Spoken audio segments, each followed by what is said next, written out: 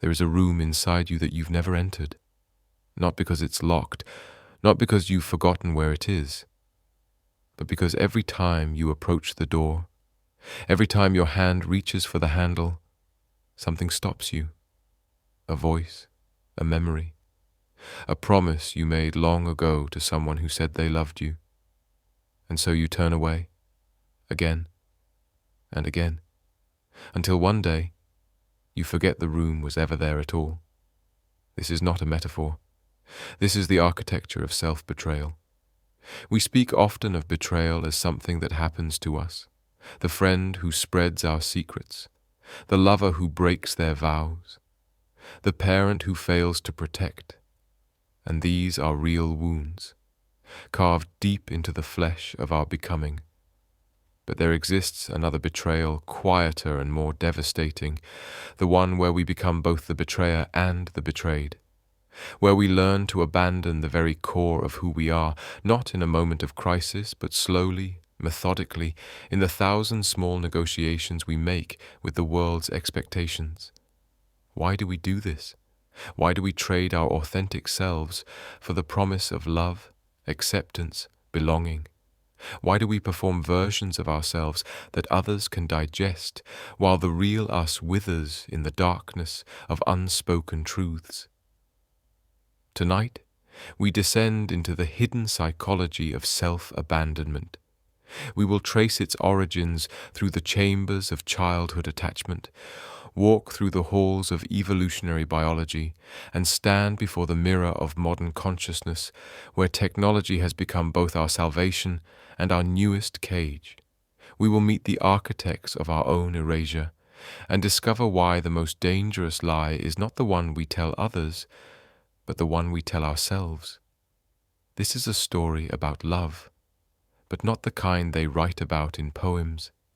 This is about the love we sacrifice ourselves for, the love that costs us everything, the love that makes us strangers to our own reflection. And by the end of this journey, you will understand why the path back to yourself is both the hardest and most necessary journey you will ever take. Let me tell you about a dream I had once, or perhaps it was a memory. The line between the two has never been as clear as we pretend. In this dream, I was standing in a vast field at dusk. The sky was bruised purple and orange, the way it gets just before night claims the world. And in the distance, I saw a child, small, alone, turning in circles as if looking for something they'd lost. I began walking toward them, but with each step I took forward, the child moved 2 steps back, maintaining the distance between us perfectly, as if we were connected by some invisible rope that could stretch but never bring us closer. I called out. The child didn't respond, and then I realized, with that peculiar certainty that comes only in dreams, that the child was me. And I was walking away from myself, have been walking away for years, and the tragedy was not the distance, but that I had forgotten I was the one creating it. Carl Jung once wrote, "The most terrifying thing is to accept oneself completely. But why? What is it about our own nature that we find so unbearable that we would rather betray ourselves than face it? What ancient programming tells us that love is something we must earn through self-erasure rather than something we deserve simply by existing? These are not abstract questions. They are the architecture of human suffering. They are why you lie awake at 3 a.m. with a heaviness in your chest you cannot name. Why you say yes when you mean no. Why you perform enthusiasm when you feel empty. Why you have become so good at being what others need that you've forgotten what you want. Self-betrayal is not a character flaw. It is a survival strategy that has overstayed its welcome. It is the ghost of an ancient adaptation, still haunting the halls of your nervous system long after the original threat has passed, and to understand it, we must go back to the beginning, back to the moment when you first learned that love was conditional, that acceptance had a price, that to be loved you must first become someone other than yourself. We must return to the origins. You are born complete. This is not poetry, This is neurobiology. When you emerge from the womb, you are a pure expression of need and desire. When you are hungry, you cry. When you are content, you rest. When you want connection, you reach. There is no gap between what you feel and what you express. You are, in the truest sense, authentic. You are also completely helpless. And this is where the story begins. This is where self-betrayal first plants its seed in the soft soil of your developing mind. In the 1950s, British psychiatrist John Bowlby began studying something that seemed obvious but had never been properly understood: the bond between mother and child. He called it attachment theory, and it would revolutionize our understanding of human development. But buried in his research was a darker insight, one that explains why self-betrayal is not a bug in human psychology, but a feature.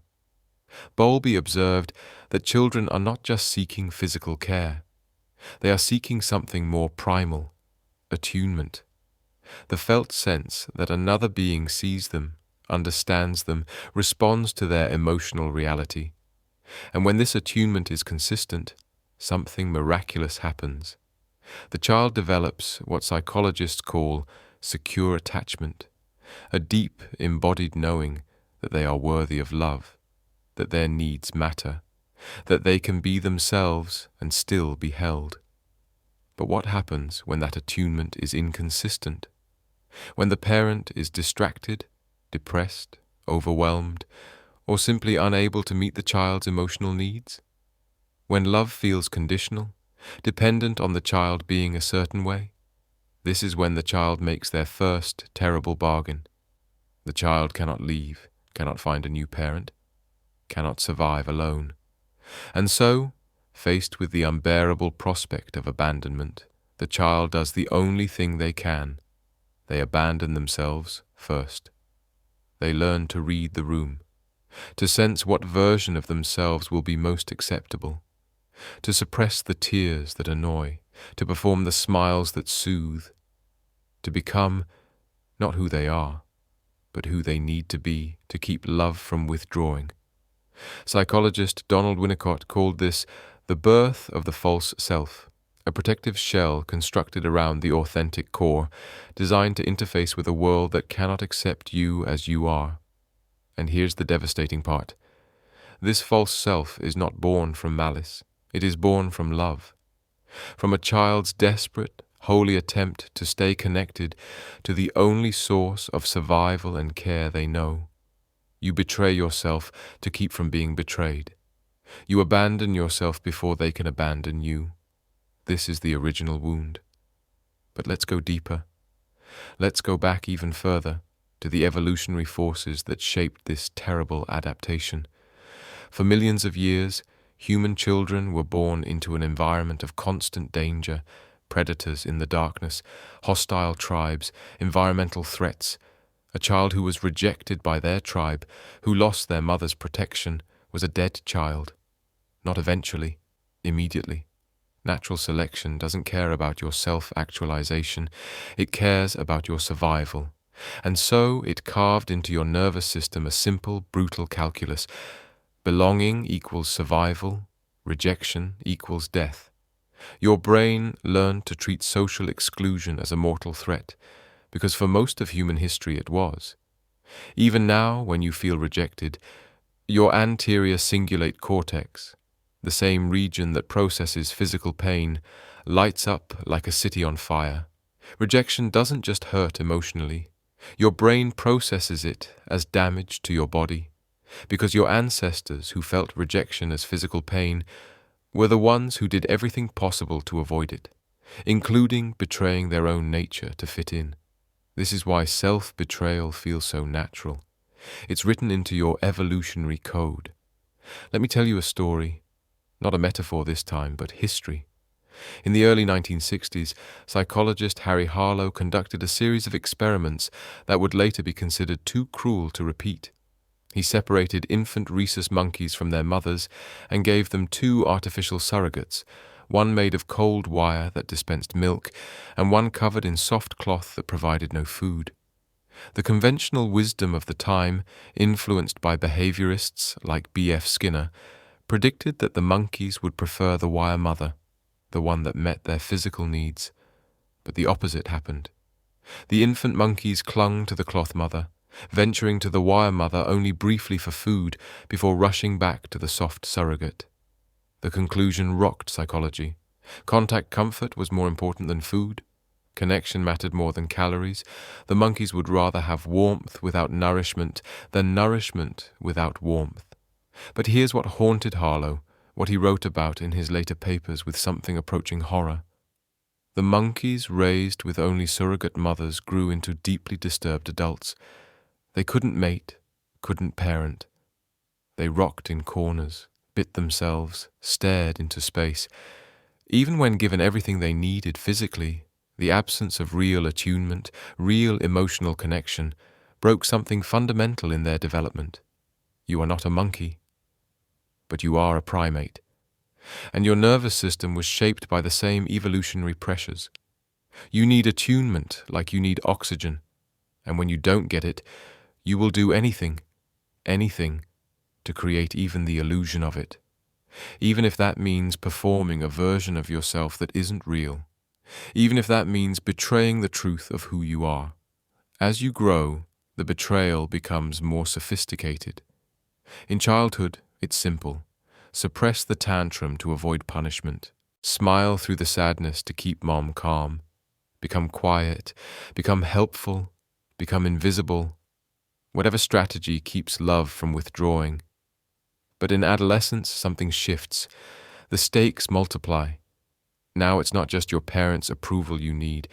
It's your peers, your teachers, the invisible jury of social acceptance that determines whether you sit alone at lunch or surrounded by friends.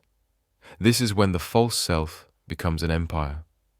Developmental psychologist Erik Erikson identified adolescence as the stage of identity versus role confusion, the critical period when you're supposed to figure out who you are. But here's the contradiction. You're trying to discover your authentic self at precisely the moment when social rejection feels most dangerous, when belonging to the group is everything, when being different can mean being destroyed. And so most people don't discover themselves in adolescence. They construct themselves. They become curators of an acceptable identity, choosing the music they should like, the opinions they should have, the version of their sexuality or politics or dreams that won't get them cast out. You learn to read the cultural script, to perform normal, to edit out the weird, the vulnerable, the real, and with each edit, the room inside you, the one with the door you never open, grows darker. But let's be clear, this is not weakness, this is intelligence. Your nervous system is designed to detect threat and respond with adaptation. And for most of human history, the greatest threat was not predators or starvation. It was ostracism, being expelled from the tribe, cast into the wilderness alone. Anthropologists studying hunter-gatherer societies have found that exile was often considered a punishment worse than death. To be separated from your people was to lose your identity, your meaning, your reason for existence, and so your brain learned to do whatever it took to prevent that fate. The problem is your brain hasn't evolved much in the last 100,000 years. It's still running software designed for small tribal groups where rejection meant death. But now you're living in a world of thousands of connections, digital audiences, performative identity, where the threat of social rejection is constant and the pressure to maintain an acceptable image is relentless. You're using Stone Age hardware to navigate an information age world, and you're exhausted. Let me take you into a moment, a specific quiet moment that happens in a million variations every day. You're sitting with friends. They're talking about something, politics, religion, a mutual acquaintance, and they say something you disagree with, something that violates your values, something that makes your chest tighten with the urge to speak. But then the calculation happens, faster than thought. Your amygdala assesses the risk. If you speak, you might be challenged. You might be judged. You might be labeled as difficult, too sensitive, too political. The group might turn on you, and so you smile, you nod. You maybe make a small, non-committal sound, and you swallow your truth like a stone. This is not a dramatic betrayal. There's no villain. Your friends aren't trying to harm you.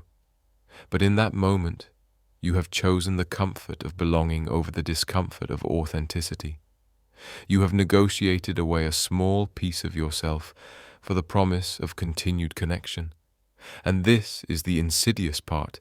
Each individual betrayal is so small, so reasonable, so justified, but they accumulate, like plaque in arteries, like water carving stone. Until one day, you wake up and realize you can't remember the last time you said what you actually meant. Can't remember who you were before you learned to edit yourself for an audience. You have become a performance with no performer.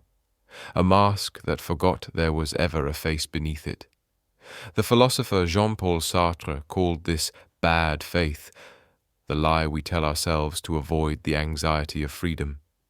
He gave the example of a waiter who becomes so absorbed in playing the role of a waiter that he forgets he has a choice in how he behaves.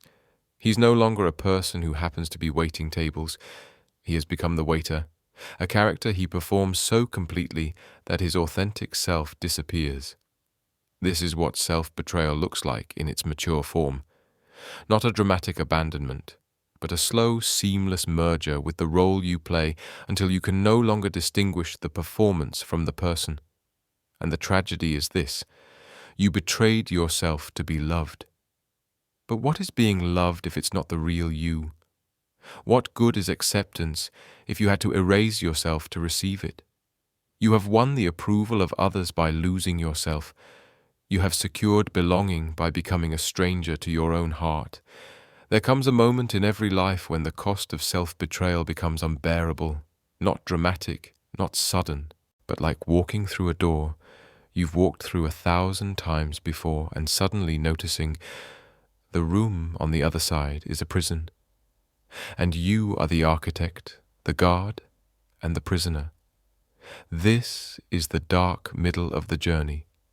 This is where the false self, constructed so carefully over decades, begins to crack. Not because it was poorly made, but because it was never designed to house a living soul. It was a survival mechanism, a protective shell. And now it has become a tomb. Let me tell you what this feels like from the inside. You wake up one morning and go through your routine, make coffee, check messages, prepare for the day.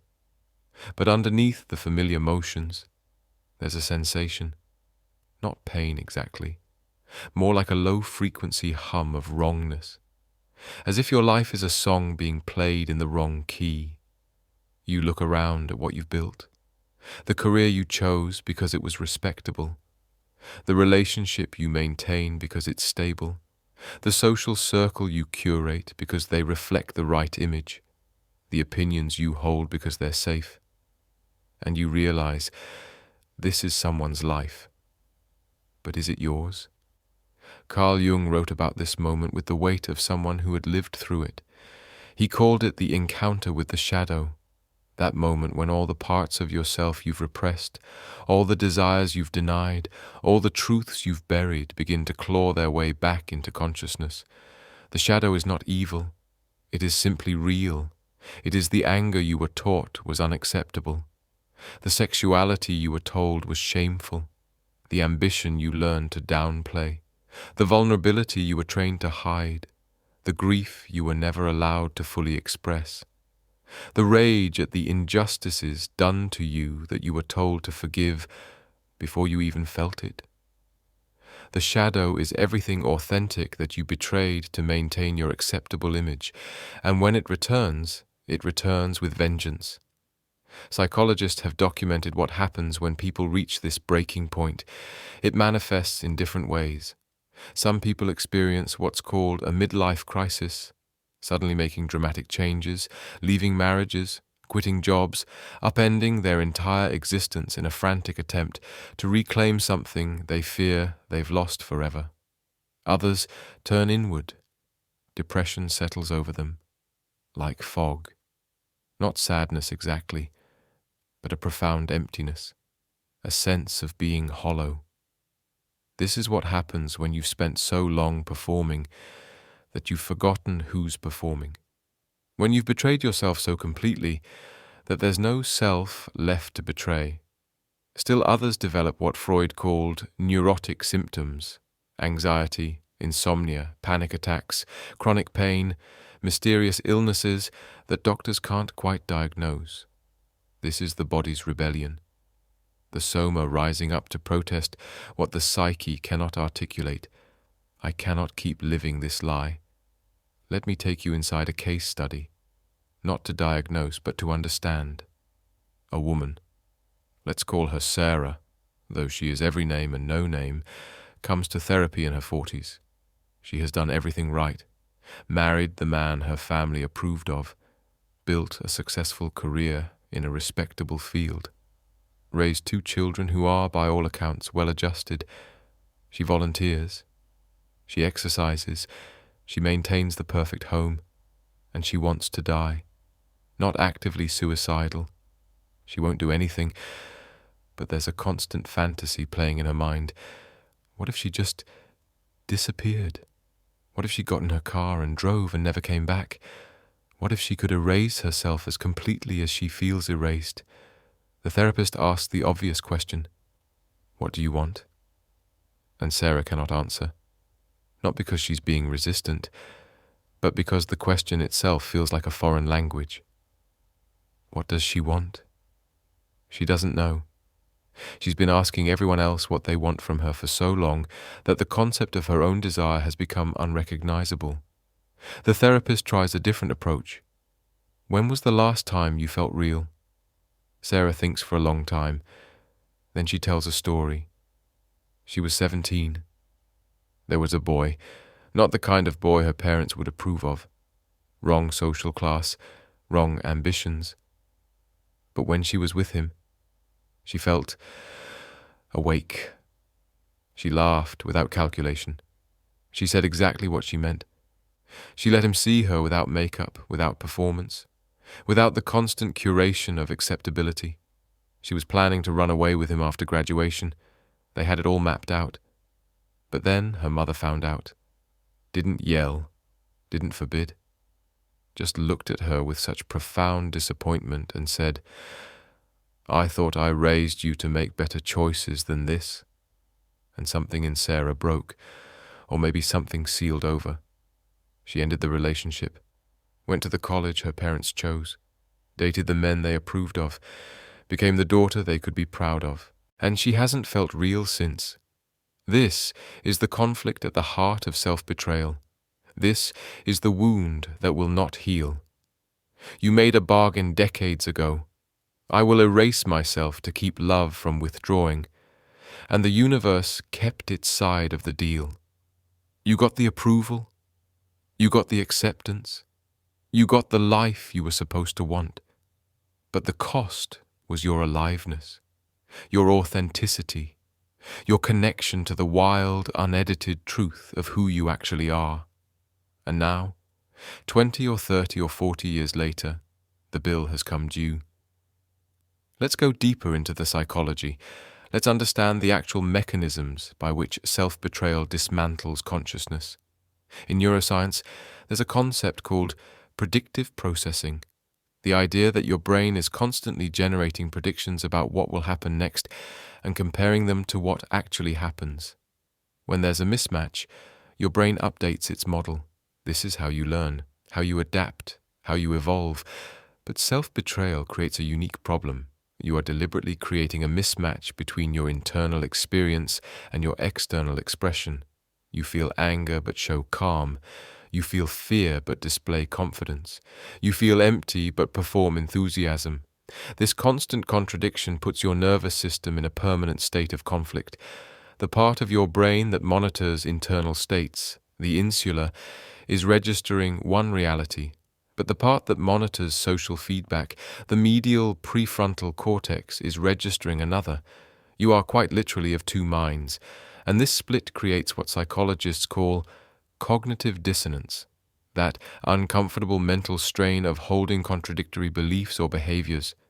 Most people resolve cognitive dissonance by changing either their behavior or their belief. But in self-betrayal, you can't do either. You can't stop performing because that would risk rejection, and you can't fully believe the performance because your body knows it's a lie. So instead, you dissociate. Dissociation is not just a dramatic response to trauma, though it can be that. It's also the everyday numbness you feel when you're disconnected from your own experience. It's why you can sit in a meeting talking about quarterly projections and suddenly realize you haven't heard a word anyone said for the last 10 minutes. It's why you can have sex with someone and feel like you're watching yourself from outside your body. It's why you can go through entire days feeling like you're sleepwalking through someone else's life. This is your psyche's solution to an impossible situation.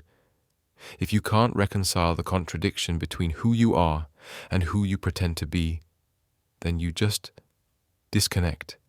You numb out. You leave your body and operate from a distance where the pain of self-abandonment is less immediate. But dissociation has costs. When you disconnect from your uncomfortable emotions, you don't get to keep the comfortable ones. You can't selectively numb. When you shut down your anger, you also shut down your joy. When you suppress your fear, you also suppress your excitement. When you hide your sadness, you also lose access to your deeper contentment. You become what psychologist James Masterson called the empty self, going through the motions of life without the felt sense of being alive. And here's the terrible irony. You betrayed yourself to maintain connection with others. But by betraying yourself, you destroyed your capacity for real connection. Because intimacy requires vulnerability. It requires showing the unedited, messy truth of who you are. And you can't do that if you've spent your whole life learning to hide it. So you end up surrounded by people who love someone who doesn't exist, and profoundly, devastatingly alone. Let me take you into the neuroscience of this loneliness. There's a network in your brain called the default mode network. It activates when you're at rest, not focused on the external world. It's involved in self-reflection, memory, imagination, and your sense of identity. It's where your sense of I lives. Studies have shown that chronic self-suppression, chronic performance, chronic betrayal of authentic feeling actually alters the default mode network's functioning.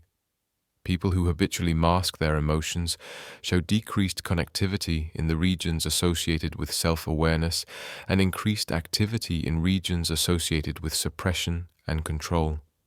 In other words, self-betrayal doesn't just hurt, it changes the physical structure of your brain. It rewires your neural pathways to prioritize performance over presence, image over identity. You don't just feel like a stranger to yourself. At a neurological level, you are becoming one. Let's turn to Sigmund Freud. Whatever his limitations, Freud understood something profound about the architecture of repression. He described the psyche as having three parts: the id, our raw impulses and desires; the superego, our internalized rules and moral standards; and the ego, the mediator between the two. In a healthy psyche, these three are in dynamic balance. Your desires are acknowledged, your values guide you, and your conscious self navigates between them. But in self-betrayal, the superego becomes a tyrant. It is no longer just your own moral compass. It becomes the internalized voice of everyone who has ever judged you, shamed you, rejected you. It becomes the collective should that drowns out your authentic want. It becomes the surveillance system that monitors your every thought and feeling for deviance from acceptable norms. And the ego, exhausted from constant mediation, eventually surrenders. It stops fighting for what you want and starts fighting only to keep the superego appeased. You become, in Freud's language, over-civilized, so controlled, so repressed, so edited that your life force itself begins to wither. Freud's student, Wilhelm Reich, took this further. He argued that chronic emotional repression doesn't just live in the mind, it becomes embedded in the body as what he called character armor.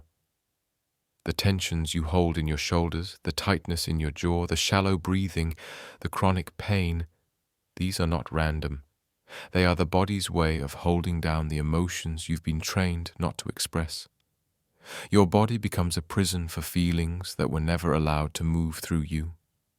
And this is why cognitive therapy alone often isn't enough. You can understand your self-betrayal intellectually. You can name it, analyze it, trace its origins. But until you release the somatic holding patterns, until you let your body discharge the grief and rage and terror it's been storing, the prison remains. If the problem ended with childhood attachment wounds and evolutionary programming, it would be hard enough. But we live in a time that has weaponized self-betrayal, that has turned it into an economic system. Consider social media. On its surface, it's a tool for connection. But look deeper, and you'll see it's an attention economy that rewards performance over presence. Every post is a negotiation with an invisible audience. Every photo is curated for maximum acceptability. Every opinion is calibrated to avoid backlash. You are not sharing your life. You are marketing a version of yourself. And the algorithm rewards betrayal. It rewards the polished over the real, the agreeable over the honest, the content that performs well over the content that is true. You learn, often unconsciously, to edit yourself not just for your known audience but for the machine itself, to speak in ways that will be amplified, to suppress anything that might be algorithmically punished. Psychologist Sherry Turkle has studied the impact of digital life on identity and found something disturbing.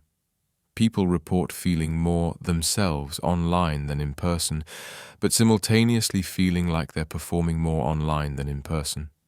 This contradiction reveals the depth of the problem. You feel more yourself in your curated digital persona because you've abandoned your real self so completely that the performance has become more familiar than the authentic. You are more comfortable being fake than real. This is self-betrayal in its final form, where the lie becomes so natural that truth feels like the aberration. And it's not just social media. It's the entire structure of late-stage capitalism which requires you to brand yourself like a product, to develop a personal brand, to network strategically, to turn every relationship into a potential opportunity, to see yourself not as a complex, contradictory human being, but as a commodity that must be optimized for market value. You must be productive. You must be positive. You must add value. You must never reveal weakness, never admit doubt, never show the messy, struggling human reality of your existence. The economic system demands your self-betrayal and rewards you for it with the only currency that matters in an atomized society, the illusion of success. But here's what breaks my heart. An entire generation is growing up believing this is normal. That performance is identity. That authenticity is whatever gets the most likes. That love is something you earn through carefully curated content, rather than something you receive simply for existing. They are learning self-betrayal as their first language. And they don't even know there's another way to be. There is a bottom to this, a place where the accumulated weight of self-betrayal becomes unbearable. Psychiatrist R.D. Laing called it ontological insecurity, a condition where you no longer trust your own existence, where you feel so disconnected from yourself that you begin to doubt whether there is a self to be disconnected from. You become what he called a ghost in the machine, present physically but absent existentially. This is when people have what looks from the outside like a breakdown, but feels from the inside like a breakthrough in reverse. Not an opening up, but a collapsing in. Some turn to addiction, not just to substances, but to work, to achievement, to chaos, to anything that provides temporary relief from the unbearable emptiness of having no authentic self to inhabit. Others develop what used to be called borderline personality disorder, but might better be understood as identity diffusion disorder. A profound instability in sense of self where you become whoever the situation requires, changing completely from context to context, relationship to relationship, with no stable core. Still others simply go numb. They develop what the DSM calls depersonalization, feeling detached from their own body, watching themselves from a distance, feeling like a robot or a character in a movie rather than a living person. And some, and this is the most tragic, become so skilled at self-betrayal that they lose the ability to recognize it. They genuinely believe the performance is them. They defend their false self as if it were their authentic self. They attack anyone who suggests they're not being real, because to admit they're performing would be to admit that everything they've built their life on is a lie. This is what Jung called identification with the persona, when the mask you wear becomes so fused with your face that removing it would feel like removing your skin. You have betrayed yourself so successfully that you've forgotten you did it. You have won the game of acceptability by ceasing to exist. Let me tell you about rock bottom in the language of the body. It's 3 a.m. You're lying in bed next to someone who loves the version of you that you show them. Your heart is racing, but there's no reason. Your breath is shallow. Your chest feels compressed as if something heavy is sitting on it. You want to cry but can't. You want to scream but don't. You want to feel something, anything other than this vast nothingness. And the thought comes, I don't know who I am anymore. Not as intellectual curiosity, as existential terror. Because if you don't know who you are, then who has been living your life? Who has been making your choices? Who has been speaking your words, moving your body, claiming to be you? This is the abyss at the heart of self-betrayal. This is the moment when the architecture of abandonment reveals its true cost. You traded yourself for love, acceptance, belonging, and now you have all three. And you have never felt more alone. There is a voice that speaks from the room you've never entered. It doesn't shout, it doesn't demand. It simply persists, a quiet, steady whisper beneath all the noise. Come home. Come back. Remember who you are. This is the call to awakening, and it comes not from self-help books or meditation apps or therapy sessions, though these can help. It comes from the authentic self that has been waiting, patient and eternal, for you to remember it exists. Jung called this the self with a capital S. Not the ego self, not the social self, but the deep, archetypal core of your being that exists beyond all performance.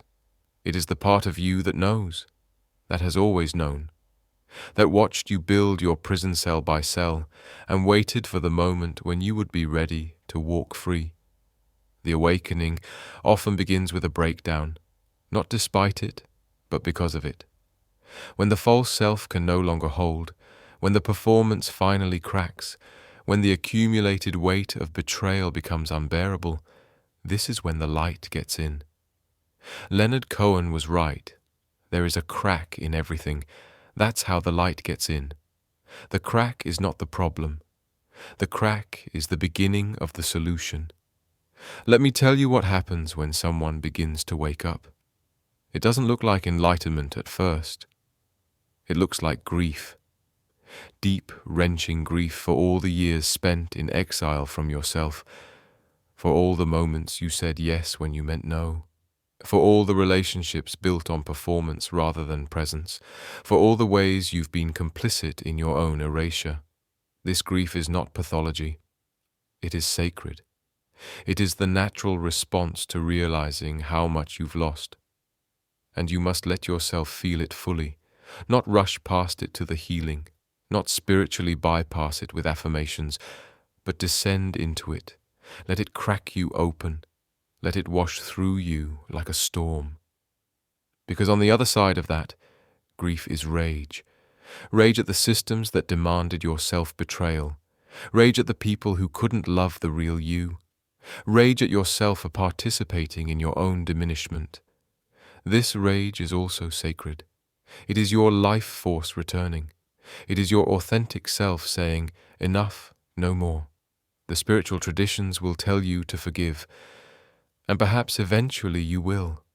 But first you must feel. You must let the anger burn through you, because anger is clarity. Anger says, that was wrong. I deserve better. I deserve better now. And from that anger comes something unexpected. Boundaries. The journey back to yourself is not a return to who you were before the betrayal began. You cannot unknow what you've learned, cannot undo the adaptations you've made. And that's not the goal anyway. The goal is integration, taking all the skills you developed for survival and repurposing them for aliveness. Psychologist Richard Schwartz developed a model called internal family systems that helps us understand this. He proposes that we're not a single self, but a multiplicity, different parts with different needs and perspectives. There's the part that learned to please, the part that learned to achieve, the part that learned to hide, the part that carries your anger, the part that holds your shame. In self-betrayal, these parts are at war. Some are exiled into shadow. Others become managers who control your every move. Others become firefighters who numb you out when the pain gets too intense. But in awakening, something miraculous happens. You develop what Schwartz calls self-energy, a calm, compassionate presence that can hold all these parts without being dominated by any of them. You become the awareness that contains the multiplicity rather than being identified with any single fragment. You learn to say, a part of me feels this way, rather than I am this way. And in that small shift, you reclaim your freedom. Let me make this practical. Let me show you what the return to self actually looks like in the texture of daily life. You're in that meeting again.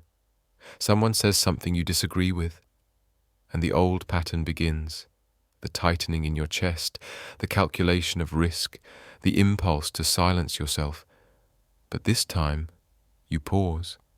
You don't suppress the sensation. You breathe into it.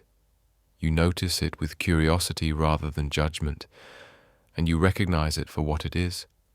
Not truth, but trauma. Not your authentic response, but the echo of every time you were punished for speaking. And then you make a choice, not a dramatic one. You simply say, I see it differently. Maybe the room goes quiet. Maybe there's pushback. Maybe nothing happens at all.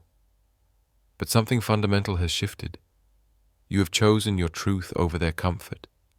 You have refused the familiar betrayal.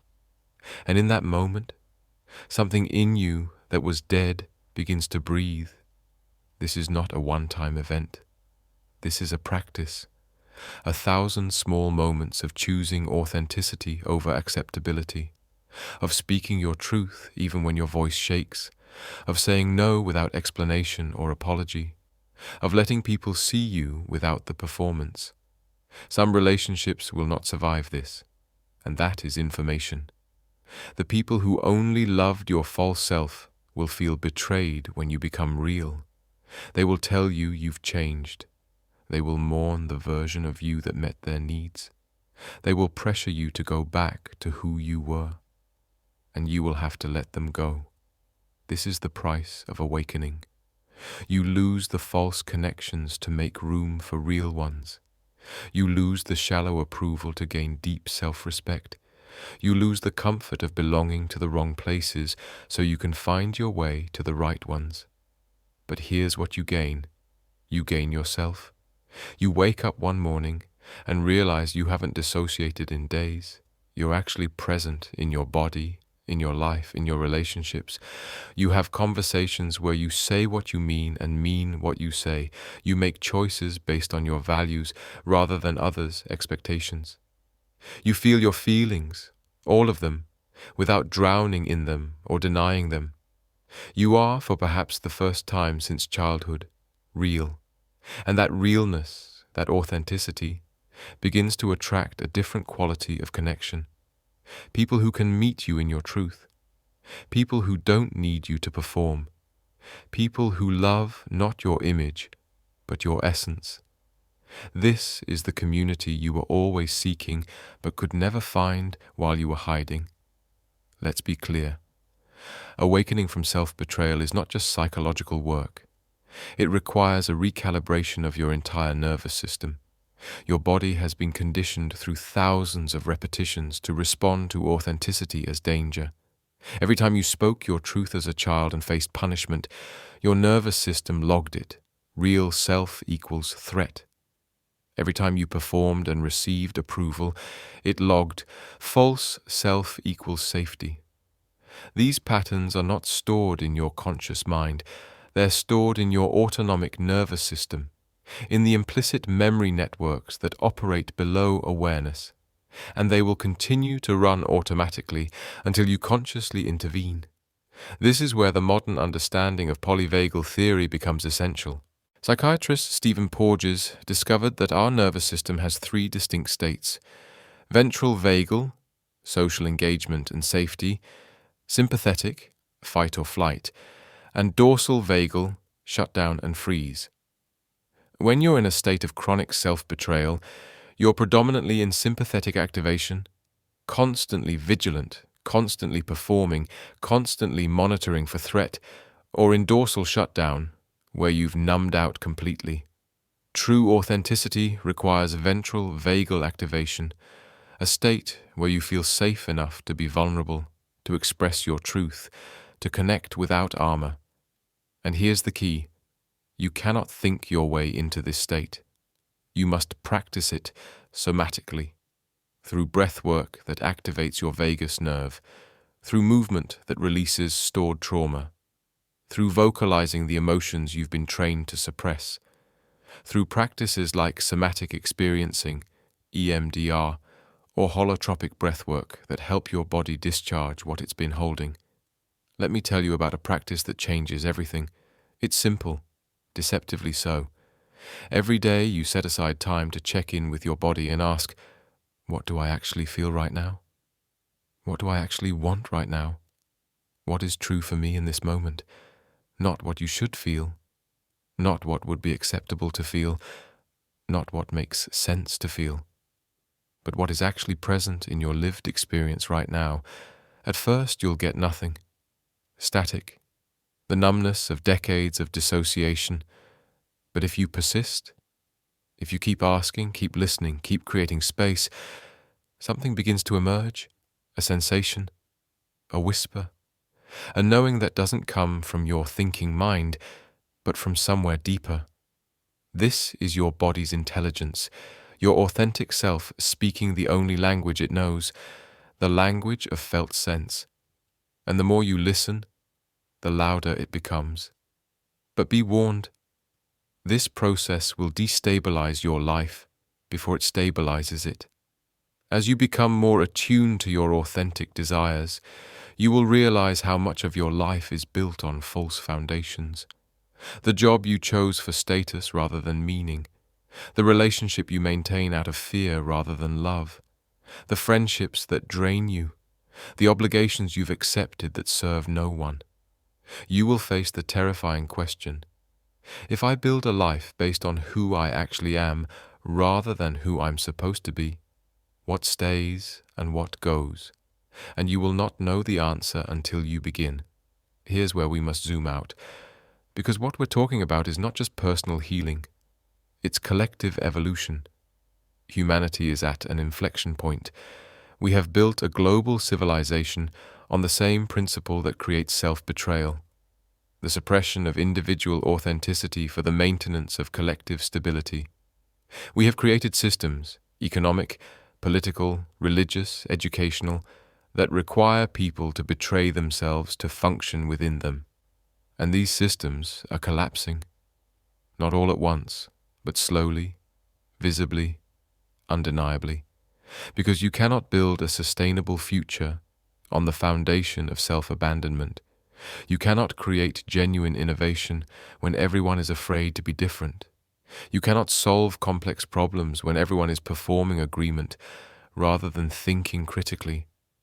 The future belongs to those who have done the work of returning to themselves, to those who can think independently while collaborating genuinely, to those who can hold their truth while remaining open to others' truths, to those who have integrated their shadow and can act from wholeness rather than fragmentation. This is not metaphor. This is evolutionary pressure.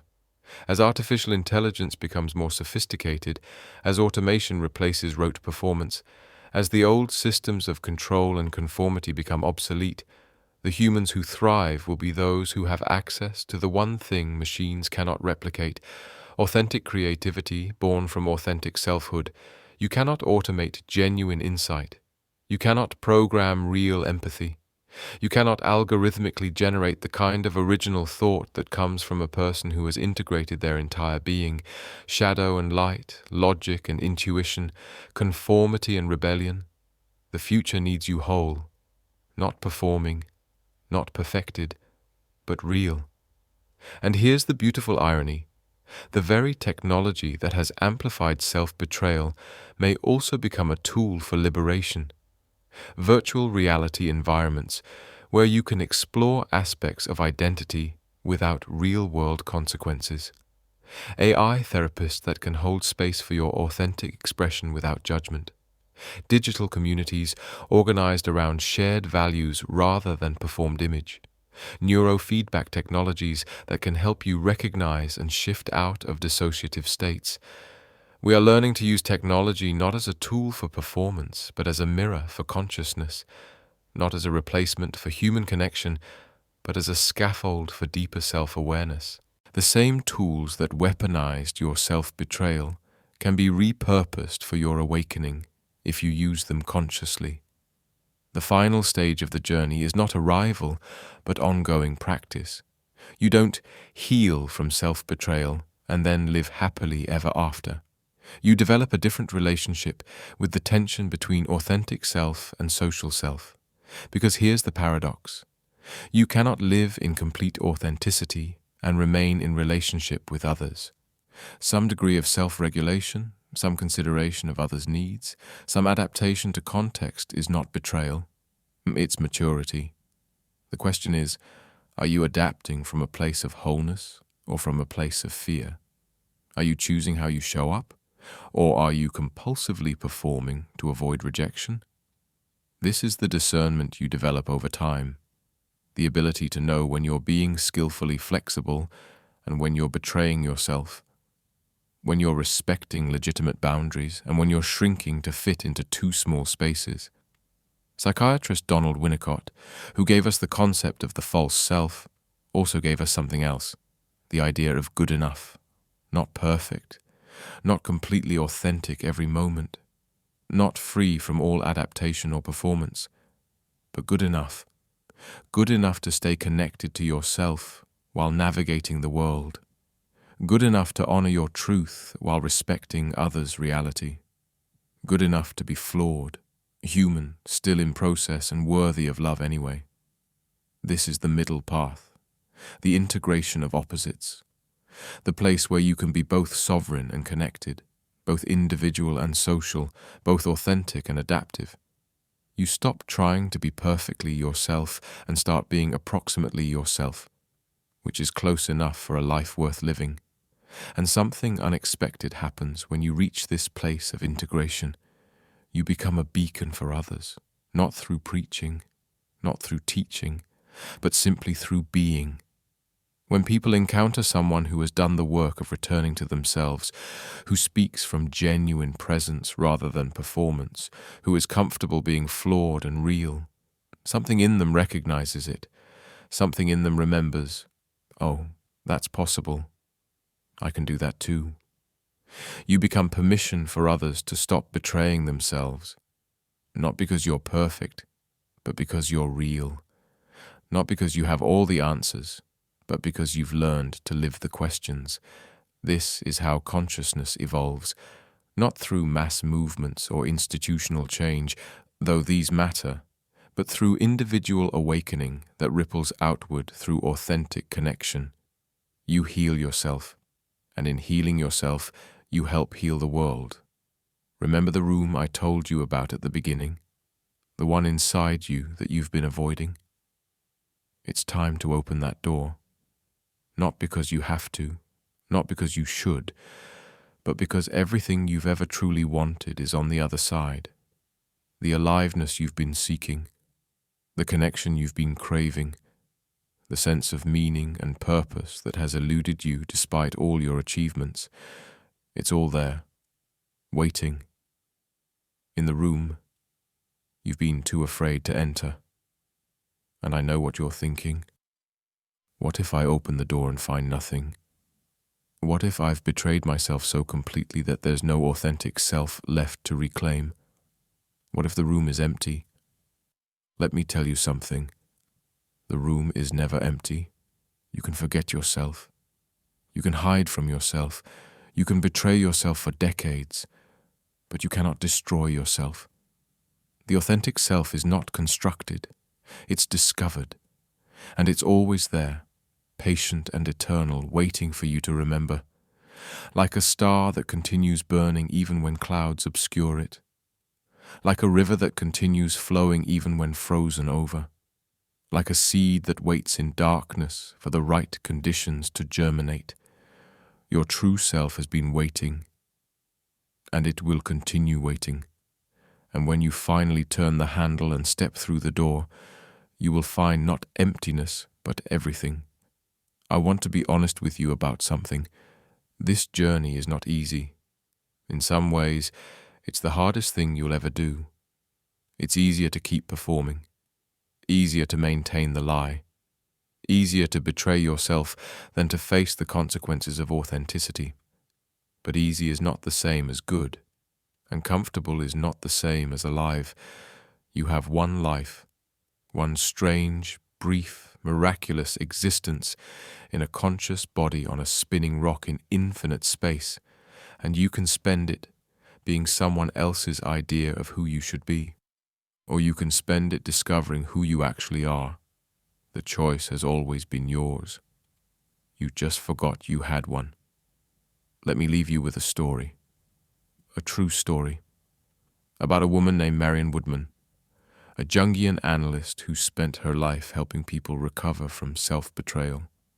In her 60s, after decades of helping others heal, she was diagnosed with uterine cancer, and as she went through treatment, she had a dream. She was standing in a vast cathedral, and there was a voice speaking to her, not from outside but from within, and the voice said, "You have spent your whole life helping others find their bodies, find their authentic selves, but you have not yet fully inhabited your own."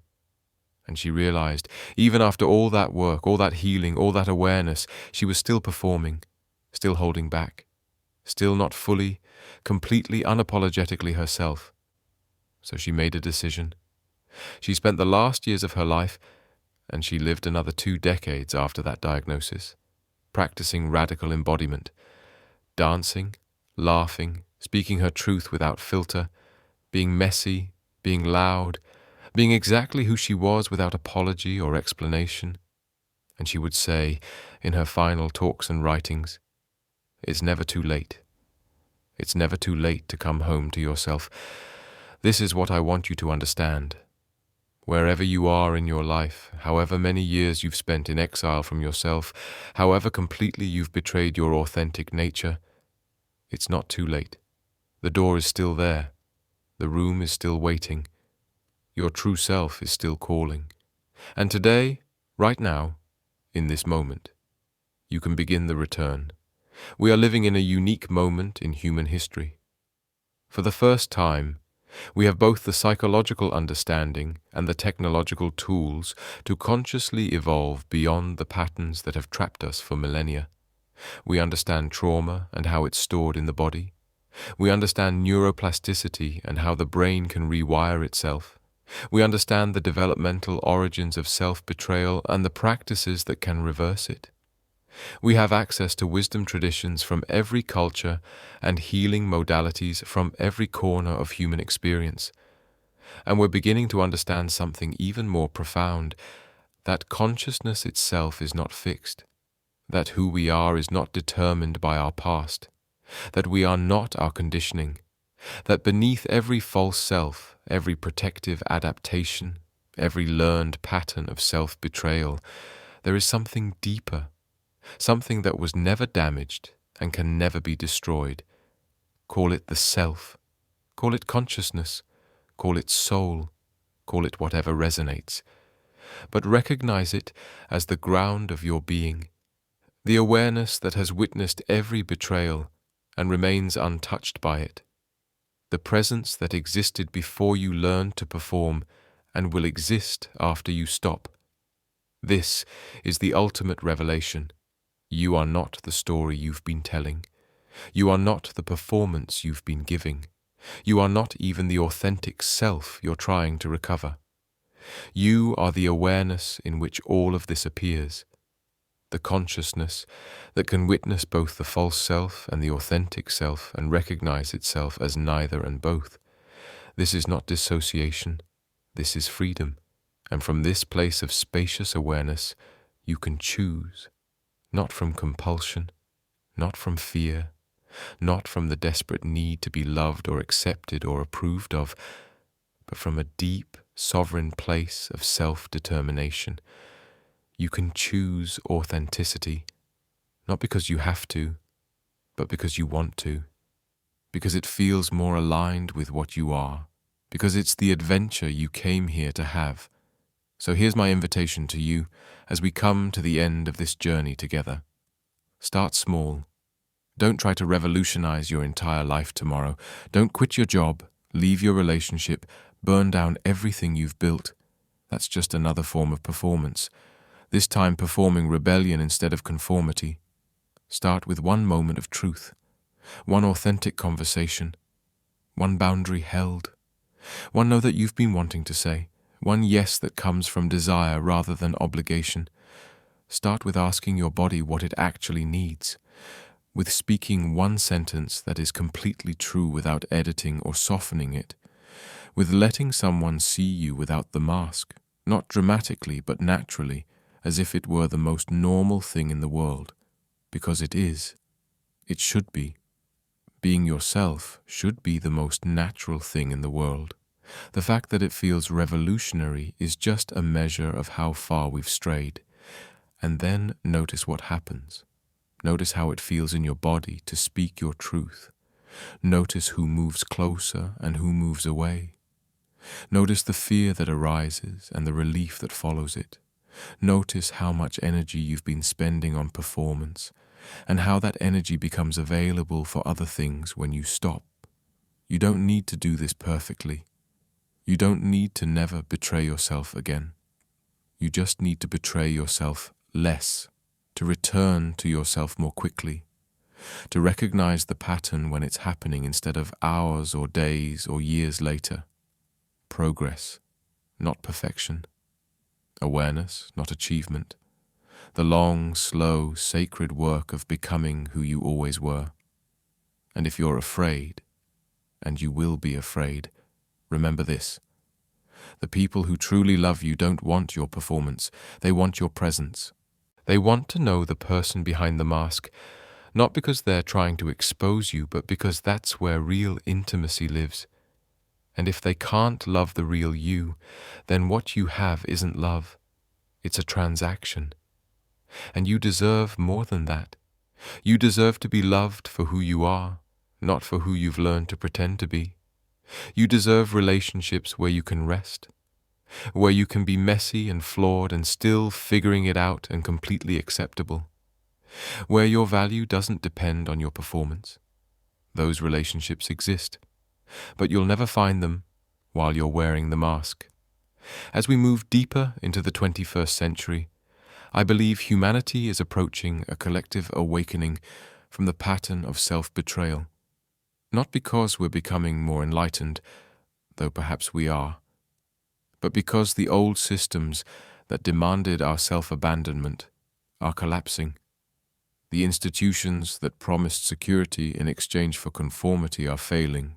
The ideologies that offered certainty in exchange for authenticity are crumbling. And in the chaos of that collapse, there is opportunity. The future belongs to the authentic, to those who have done the inner work, to those who can think critically and feel deeply and act courageously from a place of integrated wholeness, to those who can collaborate without conforming, lead without dominating, create without performing. The future belongs to those who have opened that door, who have entered that room, who have reclaimed themselves from the 1,000 small betrayals and learned to live from their center. This is not just personal healing. This is the next stage of human evolution, a shift from consciousness organized around survival and conformity to consciousness organized around authenticity and creativity. And you, yes, you listening to these words right now, you are part of that shift. By doing your own work, by reclaiming your own truth, by refusing to betray yourself anymore, you are contributing to the collective awakening.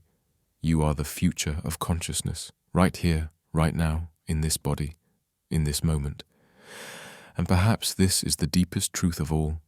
The room you've been afraid to enter is not just your personal healing space, it's a portal, a doorway into a different way of being human, a different relationship to yourself, to others, to the mystery of existence itself. When you stop betraying yourself, you stop betraying others. When you honor your own truth, you create space for others to honor theirs. When you love yourself as you are, you model a different kind of love, one based not on performance but on presence. This is how we heal the world, not through grand gestures or perfect activism or enlightened teaching, but through the quiet, courageous, ongoing practice of being real. I want to leave you with a question, not to answer now, but to carry with you, to return to in quiet moments, to let work on you the way a koan works on a Zen student, not through logic, but through lived inquiry. Here it is. What would your life look like if you loved being yourself more than you loved being loved by others? Not if you stopped caring about others, not if you became selfish or isolated, but if your primary relationship, the one you nurtured above all others, was with your own authentic nature? What would you do differently? What would you stop doing? What would you start? Who would you become? And here's the deeper question beneath that one. What if that version of you, the authentic, unperformed, real you, is not something you need to create, but something you need to uncover? What if everything you need is already there, waiting in that room? The door is open. You know where it is. All you have to do is walk through. Thank you for taking this journey with me, for your courage in examining these difficult truths, for your willingness to question the bargains you've made with the world. Remember, you are not broken. You never were. You just forgot for a little while who you are. And now you're remembering. The return has already begun. Welcome home.